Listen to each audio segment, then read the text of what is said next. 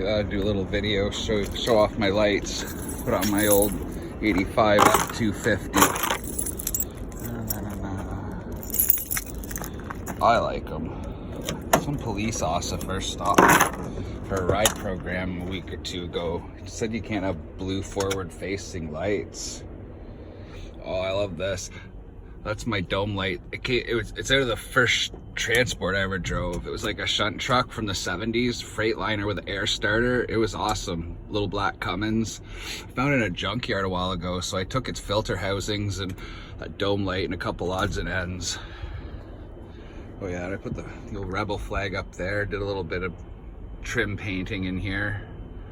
Kind of a turquoise. I thought I'd get with the times. I got another cigarette lighter up there, and now you can charge 2 phones instead of 1, I guess. Yeah.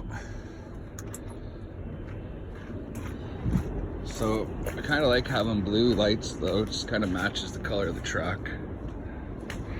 LEDs all over the place. I had to put like resistors in there for the backlights. Update my flasher.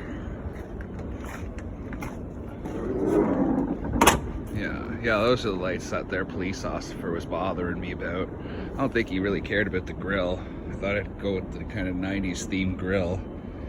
I don't think he really liked that I had red bulbs under those yellow or amber reflectors either. Yeah, I even got blue in there. The camera doesn't really pick it up too well. Yeah. And I've just been finding, this is a Ford, found on road dead. I got some lights under the hood here, so when I break down at night, I can, you know, get to work. Yeah. I bought it with oil and coolant seeping out of the sides of the heads. Drove it for 10,000 kilometers like that and decided maybe I should maybe get some new head gaskets.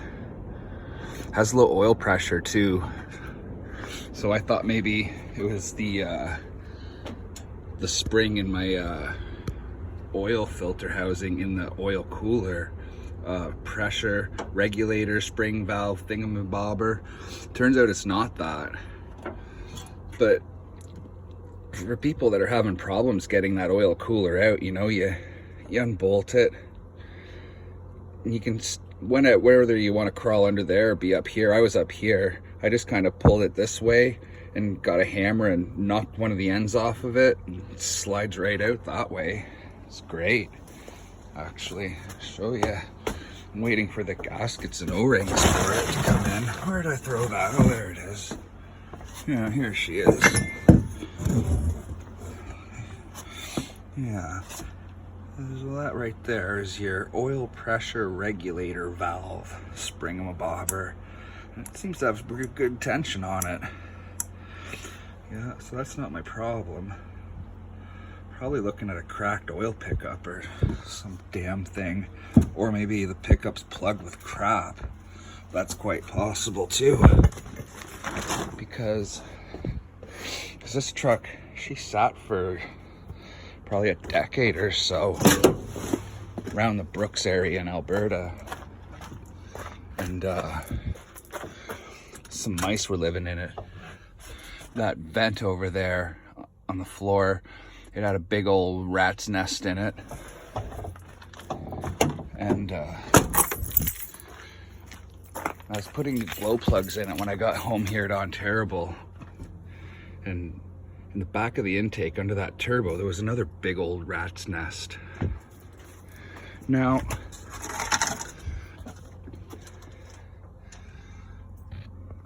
that little baby right there holds down your, that pan that sits under the intake. It has your intake gaskets on it. You see this fastener has a hole in it. I would never have imagined that. So that fastener's sitting there, rat's nest is falling in it, and plus I washed that pan off a bunch of times. So I found if I kept that pan clean, I could look over here, and if I see wet spots, I know the fuel pump's leaking. I just didn't, you know, learning the ropes here. So some shit could have definitely got in that hole. So I hope the pickup's just plugged. Thoughts of taking this oil pan off just suck all the way around. I have to figure out how to get the stupid turbo off. She's fastened in there pretty good. Because I can't jack this motor up through 2 inches without taking that off. And the exhaust pipes underneath it are like kind of in the way too, so ooh, what a mess to get that oil pan off. See, you got that crossover pipe right in the fucking way to get that oil pan off. So it's just not gonna be cool. It's an awful job. Just been kind of puttering away at it as a side hobby. What a mess. Yeah, because this truck only had 150 on it when I got it, and I put 10 on it. There's no way it should be wore out. It still has a crosshatch pattern in the cylinders. Well, I don't know how good you can... Camera doesn't seem to be really showing it that well, but well, you can kind of see it at that angle, kind of a cross hatch. I don't think that looks too wore. What do you think, Mr. Internet?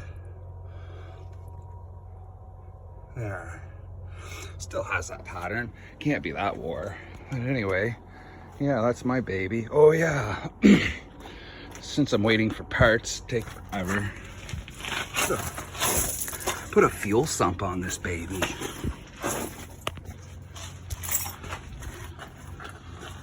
Yeah, evil energy, I guess it is. Just thought it'd help with the flow, and I wasn't sure if my pickup shower head was still on there or not. It actually was, but yeah, I'll get every drop of fuel now and no air bubbles. It's gonna be great, you know. And it's solid on there. I mean, I put a little bit of sealant around it and painted the shit out of it, just because, you know. But no, I think it's great. I don't even think I had to do that. I think you could hit that with a hammer and it wouldn't fall off. Yeah. But my back tank, that was a whole different story. That back tank, I took it off because truck starves for fuel when I had it going. And like, when I took that off and looked inside, there must have been a good 1/4 inch of varnish and shit on the bottom of it. It was disgusting. I wire brushed as much as I could and a little scraping. I ended up getting some hydrochloric acid, and that really fixed her up. Shower head was gone, so I got a compression fitting and a tube, and compression fitting and a tube on it, just almost touching the bottom, and hook my put a new float on the pickup too, so the gauge will work, which it does now. Yeah, what a mess that back tank was. I should have just went to the junkyard and got another one. Anyway, bye.